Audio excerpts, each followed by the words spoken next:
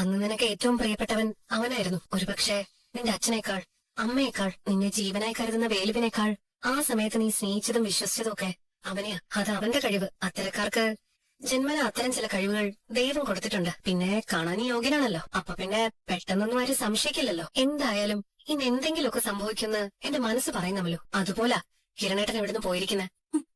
അല്ല, അവർക്കുള്ള ഭക്ഷണം ഞാൻ ഫ്രിഡ്ജിൽ വെച്ചിട്ടുണ്ട്. വരുമ്പോ ചൂടാക്കി കൊടുത്താൽ മതിയോ? ഒന്നും വേണ്ട, അവര് പുറത്തുനിന്ന് കഴിച്ചിട്ടേ വരൂ. നീ പോരെ. പോയും ഇതുവരെ വന്നില്ലല്ലോടാ. വിശന്നിട്ടാണെങ്കിൽ ഒരു രക്ഷയില്ല. ഞാൻ ചൂണ്ട കെട്ടി വെച്ചിട്ടുണ്ട്. നമുക്ക് മീൻ പിടിച്ചാലോ? വല്ല പരലും പള്ളത്തിയും കിട്ടിയിട്ട് എന്താ കാര്യം?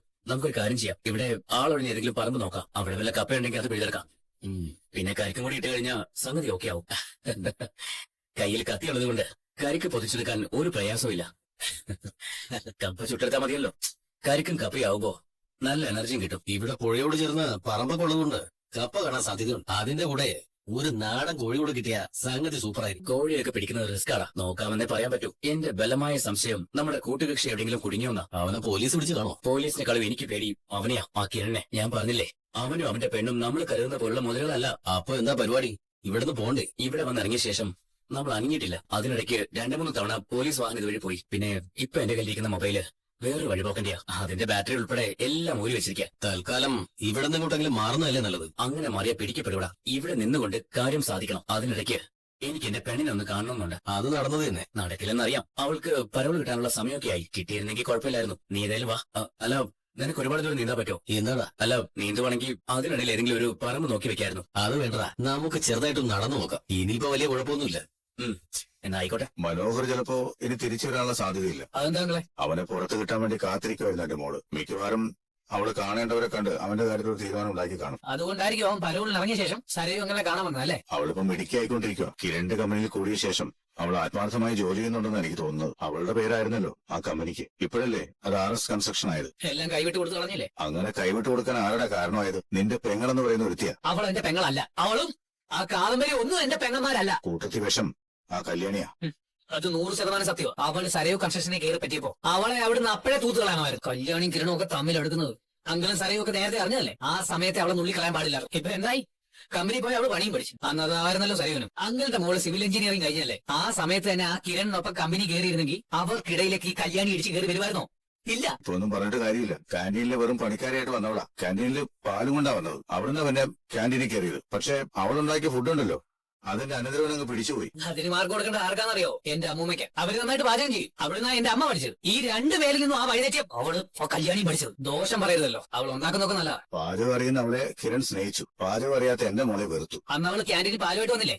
അന്നേ അവിടെ നിന്ന് പറപ്പിക്കണമായിരുന്നു. അകത്തേക്ക് കേറ്റാൻ പോലും പാടില്ലായിരുന്നു. എത്ര നാളാങ്ങളെ സംസാരിക്കാത്ത അവള് കിരണിന്റെ പിന്നാലെ നടന്നത്. സംസാരിക്കുമെന്ന് പറഞ്ഞു. അന്നൊക്കെ എന്തോ പറഞ്ഞേ? മകനെ വെറുതായിരുന്നോ?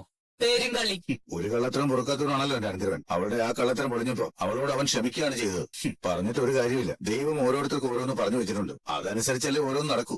ഞാനിപ്പോ അതിനെപ്പറ്റി ഒന്നും അല്ല ആലോചിക്കുന്നത്. പുറത്താണ് ഗംഗേട്ടൻ. കാർത്തികയുടെ കല്യാണം കലയണം. ഒരു കാരണം വെച്ചാലും അത് നടക്കാനേ പാടില്ല. ഗംഗേൻ ഇവിടേക്ക് വരുന്നത് കാർത്തികയും കല്യാണിയും കിരണും മരിച്ചു എന്നുള്ള വാർത്തയുമായിട്ടായിരിക്കണം. എങ്കിൽ പിന്നെ മനസമാധാനത്തോടെ എത്ര കാലം വേണമെങ്കിലും നമുക്ക് ഇവിടെ കിടക്കാം. ഈ ഗംഗാപ്രസാദ് എന്ന് പറയുന്നവൻ ഒന്നെങ്കിൽ പോലീസ് പിടിയിലാവും, അല്ലെങ്കിൽ ആരെങ്കിലും കൊല്ലും. അങ്ങനെ ഒരു വാർത്ത കേട്ടിട്ട് കല്യാണത്തിന് വേണ്ടി പിടിവാശി കാണിക്കുന്നതായിരുന്നു നല്ലത്. അങ്ങനെയല്ലേ മക്കളെ നിങ്ങളും അവനെ ഉപദേശിക്കേണ്ടത്? അമ്മ നേരത്തെ സമ്മതിച്ചിട്ട് ഇപ്പൊ ഇങ്ങനെ ചിന്തിക്കാൻ തുടങ്ങിയ ഇവിടെ ഗുണ്ടകളും കൊലയാളികളും കൂടത്തേ ഉള്ളൂ. എത്രയെന്നും പറഞ്ഞ് ഭയന്ന് ജീവിക്കാൻ പറ്റുമേ? ദിലീപിന് അച്ഛൻ നഷ്ടമായി. ഇനി ആ അച്ഛനെ തിരിച്ചുകൊണ്ടുവരാൻ പറ്റുമോ? അതൊന്നും പറഞ്ഞ അമ്മയ്ക്ക് മനസ്സിലാവില്ല. കിരൺ എന്നെ ഇപ്പൊ വിളിച്ചിട്ട് വെച്ചേ ഉള്ളൂ. കാർത്തിക പോലും അറിഞ്ഞിട്ടില്ല അവളുടെ അച്ഛന്റെ കാര്യം. അവളുടെ അച്ഛൻ എന്ത് പറ്റി മോനെ? എന്തൊക്കെയാണ്? നമ്മളെയൊക്കെ പ്രതീക്ഷിച്ച് അവളുടെ അച്ഛൻ ഓഡിറ്റോറിയത്തിൽ നിൽക്കുമായിരുന്നു. അപ്പൊ കേട്ട വാർത്ത കല്യാണം നടക്കില്ലെന്നായിരുന്നു. അതോടെ അവിടെ വീണു. ഇപ്പോ ഐസിയുലാണ്. ഇനി കല്യാണം നടക്കില്ലെന്നാണ് അച്ഛൻ കരുതിയിരിക്കുന്നത്. ഒരു സമയത്ത് കാർത്തൂനെ വെറുത്തിരുന്ന അച്ഛന. കാർത്തൂനെ മാത്രമല്ല, പെൺകുട്ടികളോട് ഭയങ്കര വെറുപ്പായിരുന്നു. പക്ഷെ ഇന്ന് അദ്ദേഹം ഏറ്റവും കൂടുതൽ സ്നേഹിച്ച മോൻ ഇപ്പൊ ജയിലിൽ കിടക്കുവാണ്. എത്രമാത്രം സ്വന്തം മോനെ സ്നേഹിച്ചോ അതിനേക്കാൾ 10 മടങ്ങാ ഇപ്പോ പെൺമക്കളോടുള്ള സ്നേഹം. കാർത്തു കല്യാണം കഴിക്കാൻ തന്നെ തയ്യാറായത് ആ അച്ഛന്റെയും കല്യാണിയോടൊക്കെ നിർബന്ധം കൊണ്ടാ. അതും ഒരു മരണം നടന്ന വീടാമേ. കല്യാണിയുടെ അമ്മ മരിച്ചിട്ടും അധികം നാളൊന്നും ആയിട്ടില്ല. ആ അമ്മയുടെ ആത്മാവിന് നിത്യശാന്തി കിട്ടാൻ വേണ്ടിയിട്ടാ ഈ കല്യാണം നടത്തണമെന്ന് കല്യാണിയും കിരണവും ഒക്കെ നിർബന്ധം പിടിച്ചത്. അത് തന്നെയാണ് എനിക്ക് പറയാനുള്ളത്. എടാ, നമുക്ക് അദ്ദേഹത്തെ ഒന്ന് കാണാൻ പോകണ്ടേടാ? ഇപ്പൊ ആരും അങ്ങോട്ട് ചെല്ലണ്ടാന്നാ കിരൺ പറഞ്ഞത്. അത് മാത്രമല്ലല്ലോ, ഒരു മരണം നടന്ന വീടായതുകൊണ്ട് എനിക്ക് അധികം അങ്ങനെ പുറത്തോട്ടിറങ്ങാനും പറ്റില്ല. പിന്നെ അദ്ദേഹത്തിന്റെ മക്കളും കാർത്തൂന്റെ അമ്മയൊന്നും ഈ വിവരം അറിഞ്ഞിട്ട് പോലുമില്ല. കാർത്തൂന്റെ അച്ഛൻ കല്യാണം നടക്കില്ലെന്ന് അറിഞ്ഞ ഷോക്കിൽ ഏതോ അമ്പലനടയിൽ പോയിരിക്കുകയാണെന്നാ എല്ലാരോടും പറഞ്ഞിരിക്കുന്നത്. എന്നാലും വല്ലാത്തൊരു സംഭവമായി പോയല്ലോടാ. ഈ ഗംഗാപ്രസാദ് എന്ന് പറയുന്ന ഒരുത്തൻ കാരണം ആർക്കും മനസ്സമാധാനം കിട്ടാത്തൊരവസ്ഥയായി. അവന്റെ മനസ്സിന്റെ സമാധാനം പോണമെങ്കിൽ ഈ കല്യാണം നടക്കണം. അവൻ അങ്ങനെ അങ്ങ് ആളാവേണ്ട കാര്യമില്ലല്ലോ. മോനെ നീയും കാർത്തൂന്റെ ആൾക്കാരും നമ്മുടെ ആൾക്കാരും ഒക്കെ ശരിയായ രീതിയിൽ ചിന്തിക്കുന്നവരാ. നമുക്കൊന്നും വളഞ്ഞ വഴിയോ മറിഞ്ഞിരുന്ന് ആരെങ്കിലും കൊല്ലാനോ ഒന്നും കഴിയില്ല. എന്നാ അത് മാത്രം അറിയാവുന്നവനാ ഈ ഗംഗാപ്രസാദ്. അത് നമ്മൾ ഓർക്കണം. ഇനിയിപ്പോ ഒന്നും ഓർക്കാനില്ലമേ. മരിക്കുന്നെങ്കിൽ ആണുങ്ങളെ പോലെ മരിക്കും, അല്ലെങ്കിൽ ഇഷ്ടപ്പെട്ട പെണ്ണിനോടൊപ്പം ജീവിക്കും. എന്താടാ ആ, ഈ മൊബൈലിൽ ഒരു മെസ്സേജ് വന്നിട്ടുണ്ട്, ഒന്ന് കേട്ടു നോക്ക്. മോനെ ദിലീപേ, അച്ഛൻ ആദരാഞ്ജലികൾ. ഗംഗാപ്രസാദ, ഇനി നിനക്ക് വൈകിടാൻ നിന്റെ അമ്മയ്ക്ക് അവസരം ഉണ്ടാക്കി കൊടുക്കരുത്, കേട്ടോടാ. മെസ്സേജ് വന്ന നമ്പറിലേക്ക് ഞാൻ വിളിച്ചതാ. അപ്പൊ ആ നമ്പർ നിലവിലില്ലെന്ന്. അവൻ ആരുടെയെങ്കിലും ഫോൺ തട്ടിയെടുത്ത് മെസ്സേജ് അയച്ചായിരിക്കും. വല്ലാത്തൊരു അവതാരം തന്നെയാണല്ലോ അവൻ. ഇത്രയൊക്കെ ചെയ്തിട്ടും അവൻ വീണ്ടും വെല്ലുവിളിക്കുകയാണല്ലോ. കിരൺ അവനെ തെരഞ്ഞെടുക്കുക. കൂടെ വേലൂർ രതീഷ് ഒക്കെ ഉണ്ട്. അവർക്കൊപ്പം നമ്മൾ പോകേണ്ടതായിരുന്നു. ഇത് നീ കല്യാണത്തിൽ നിന്ന് പിന്മാറാനുള്ള ഭീഷണി. അതുകൊണ്ട് തന്നെയാ ഞാൻ പിന്മാറില്ലെന്ന് പറഞ്ഞത്. അവന്റെ ആഗ്രഹം നടക്കരുത്. മറഞ്ഞു നിന്നുകൊണ്ട് അവൻ എന്തും പറയട്ടെ. പക്ഷേ ഞാൻ ജീവനോടെ ഉണ്ടെങ്കിൽ കാർത്തൂന്റെ കഴുത്തിൽ ഞാൻ താലി കെട്ടിയിരിക്കും. അവൻ ഈ പരിസരത്ത് തന്നെ കാണും. നേരത്തെ എസ് ഐ വിളിച്ചിരുന്നു. ഏതായാലും ഈ മെസ്സേജ് ഒന്ന് അയച്ചു കൊടുക്കാം. അണ്ണോൺ നമ്പറാണല്ലോടാ. ഏതായാലും നീ മെസ്സേജ് അയച്ചു കൊടുക്കും. എടാ ഇത് ഡിലീറ്റ് ചെയ്യണം. ഈ പരിസരത്തൊക്കെ അവന്റെ ഫോട്ടോ ഉണ്ട്. ഇപ്പോൾ തന്നെ അവനെ പലരും കണ്ടെന്ന് പറഞ്ഞ് സ്റ്റേഷനിലേക്ക് വിളിച്ച് പറയുവാണെന്നല്ലേ എസ് ഐ പറഞ്ഞത്. എന്നിട്ടും അവൻ എവിടെ പോയി തമ്പടിച്ചിരിക്കുക. അവൻ ജീവനോടുണ്ടെന്ന് അറിയിക്കാനാണ് ഈ മെസ്സേജ് അയച്ചത്. തൽക്കാലം അമ്മയുടെ വിവരം പറയണ്ട. അമ്മ അറിഞ്ഞു കഴിഞ്ഞാൽ പിന്നെ അറിയാലോ. പിന്നെ ഒരു രീതിയിലും ഈ കല്യാണം നടത്താൻ അമ്മ സമ്മതിക്കില്ല. അമ്മമാരെ കുറ്റം പറഞ്ഞൊരു കാര്യമില്ലല്ലോടാ. ഇങ്ങനെ ഒരു സാഹചര്യത്തിൽ ഏതമ്മയാ മക്കളോടൊപ്പം നിൽക്കുന്നത്? എല്ലാവർക്കും അവരുടെ മക്കളുടെ ജീവിതം വലുതലടാ. ഞാൻ ഏതായാലും ഇത് കാർത്തൂനോട് പറയുന്നില്ല. ഇതിൽ നിന്ന് ഒരു കാര്യം മനസ്സിലായി, അവൻ ഈ ലൊക്കാലിറ്റി തന്നെ ഉണ്ട്. നിന്നെയാണ് അവൻ ഫോക്കസ് ചെയ്തിരിക്കുന്നത്. അതാണ് നമ്മുടെ തെറ്റായ ധാരണ. അവൻ ഇങ്ങനെ ഒരു മെസ്സേജ് അയച്ചെങ്കിൽ അത് ചിലപ്പോ കാർത്തൂന്റെ വീടിന് ചുറ്റും നില ഉറപ്പിച്ചിട്ടായിരിക്കും. നമ്മുടെ ശ്രദ്ധ മാറ്റിയിട്ടാ ഇവന്മാരെ പോലുള്ളവന്മാര് കൃത്യം ചെയ്യുന്നത്. അവനെ കുറിച്ചുള്ള വാർത്തകൾ വായിച്ചില്ലടാ. ഇപ്പൊ അവനൊരു ഓട്ടോയിൽ കയറിയാ ഓട്ടോക്കാരനെ ഇടിച്ച് ബോധം കെടുത്തിട്ട് ഓട്ടോയെ തട്ടിക്കൊണ്ട് പോകും. മൊബൈൽ വേണമെങ്കിൽ അങ്ങനെ ചെയ്യും. എന്തിനും പോകുന്ന ഒരുത്തിയാ അവന്റെ കൂടെ ഉള്ളത്. അവളിപ്പം ജയിലില്ല. അവൻ മരിച്ചാലും ഭീഷണിയാകുന്ന പോവില്ലല്ലോടാ. പോയാലും ഇല്ലെങ്കിൽ ഇനി എന്റെ നിലപാടിൽ മാറ്റമില്ല. അവനൊരു ഭീരു ആയതുകൊണ്ടാ ഇങ്ങനെയൊക്കെ മെസ്സേജ് അയക്കുന്നത്. അല്ലാത്ത ഒരു മെസ്സേജ് ഒന്നും അയക്കില്ല. നേരിട്ട് വന്ന് കൃത്യം നടത്തത്തേ ഉള്ളൂ. അച്ഛനും ഇല്ല, അമ്മയും ഇല്ല, ബന്ധുക്കൾ ആരുമില്ല, ഒന്നും നഷ്ടപ്പെടാനുമില്ല. അങ്ങനെയുള്ളവനും എന്തും ചെയ്യാം. ഇവിടൊക്കെ എല്ലാവരും 10 മണിയാകുമ്പോ കയറി കിടക്കുന്നു. ഇപ്പൊ 10-11 മണിയായി കാണില്ലേ? ആ, അതുകൊണ്ട് ആരും പുറത്തേക്ക് ഇറങ്ങാൻ സാധ്യതയില്ല. ഇപ്പോഴൊരു വാർത്ത വന്നല്ലോടാ, സൂര്യൻ ഭൂമിയിൽ നിന്ന് ഒരുപാട് അകന്നു പോവാണെന്ന്. അതുകൊണ്ട് തണുപ്പ് കൂടുന്ന പറയുന്നത്. അങ്ങനെ ഒരു പ്രതിഭാസം വന്നത് നമുക്ക് നല്ലതിനാ.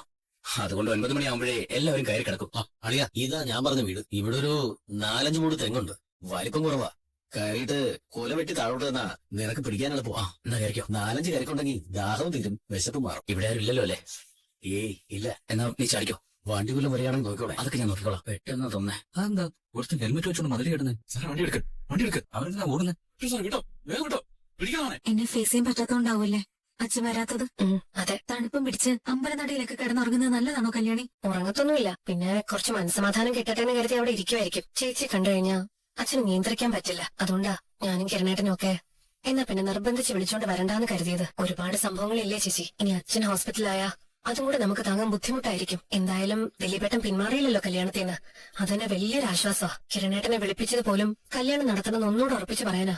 ഞാൻ ആത്മാർത്ഥമായിട്ട് പറയാ കല്യാണി, നമ്മൾ ഒരിക്കലും സ്വാർത്ഥരാവാൻ പാടില്ല. ഗംഗാപ്രസാദ് ജീവിച്ചിരിക്കുമ്പോ ഈ കല്യാണത്തിന് നമ്മൾ സമ്മതിക്കാൻ പാടില്ല. ദിലീപേട്ടൻ മറിച്ചാ ചിന്തിക്കുന്നേ. അച്ഛന്റെ കൊലയാളി ഒരിക്കലും ഈ കല്യാണം മുടങ്ങി എന്നറിഞ്ഞ് സന്തോഷിക്കരുതെന്ന് ദിലീപേട്ടന് ആഗ്രഹമുണ്ട്.